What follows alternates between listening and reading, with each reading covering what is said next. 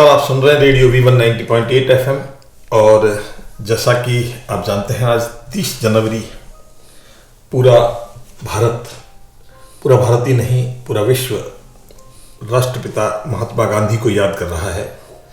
महात्मा गांधी भारतीय स्वतंत्रता के इतिहास में सबसे प्रसिद्ध नाम है और भारत में 30 जनवरी को शहीद दिवस महात्मा गांधी की याद में मनाया जाता है। इन्हें राष्ट्रपिता के रूप में भी जाना जाता है और 30 जनवरी 1948 को राष्ट्रपिता महात्मा गांधी जी की बिरला हाउस में हत्या कर दी गई। उसी संदर्भ में आज हमारे साथ है वरिष्ठ साहित्यकार और लेखक कवि श्री परमानंद भट्ट।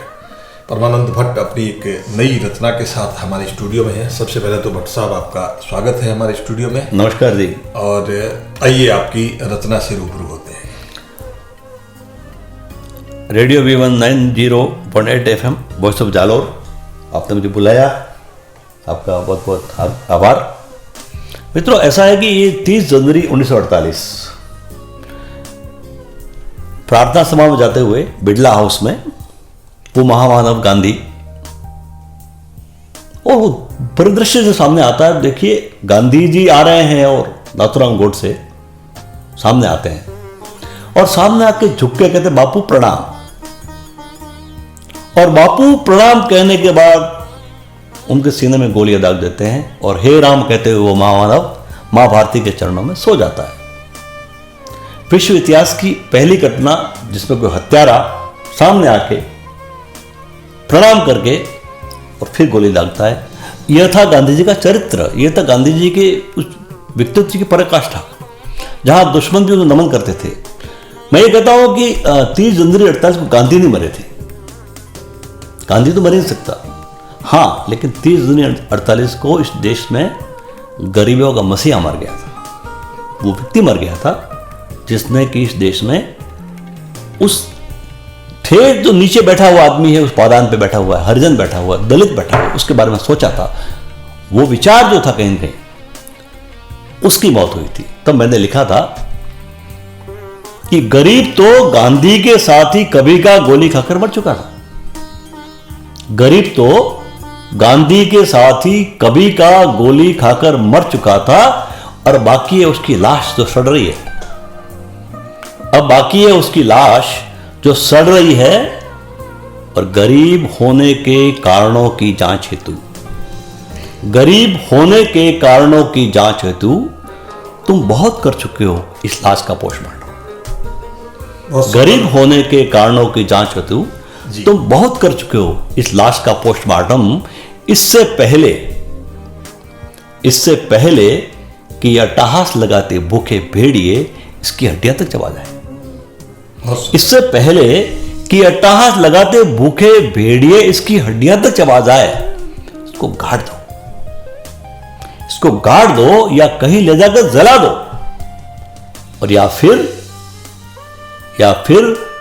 सर पर चढ़ाई करके अमृत कलश लाकर 2 बूंदे इसको पिलाकर जिला दो।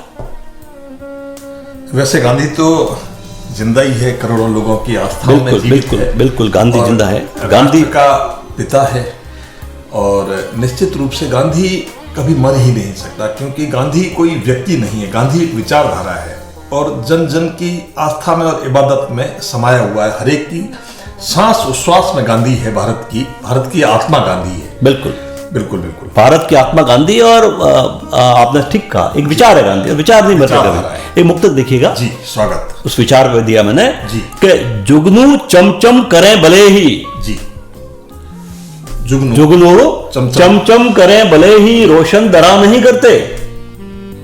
जुगनू चमचम करें भले ही रोशन धरा नहीं करते और गर्जन करते रिक्त मेघ ये गुलशन हरा नहीं करते। जुगनू चमचम करें भले ही रोशन धरा नहीं करते और गर्जन करते रिक्त मेघ ये गुलशन हरा नहीं करते। और सत्य अहिंसा शांति प्रेम के मूल्य सनातन हैं जब तक। हिंसा नफरत गोली से ये गांधी मरा नहीं करते। गांधी मरा नहीं करते। क्या बात तो है। गांधी विचार है और ये विचार सनातन है, ये बेहतरीन। मरने वाला नहीं है। बात आपने कही। हमारे साथ हैं श्री परमानंद भट्ट, जो जैसा मैंने आपको बताया वरिष्ठ साहित्यकार है, कवि है, लेखक है और बैंक के पूर्व अधिकारी रहे, बहुत उच्च पोस्ट पर रहे।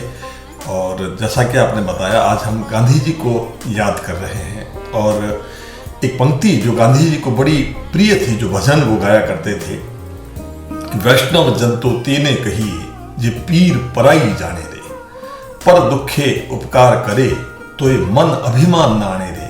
वो व्यक्तित्व था जो पराये दुख में दुखी होकर के, जिन्होंने अपनी सब डिग्री, सभी उच्चताएं, सभी विरासिताएं सब छोड़ करके आवाम में जो रम गया, लोगों में जो बस गया, वो होता है गांधी। सुनते रहिए रेडियो V1 90.8 FM और जुड़े रहिए हमारे साथ।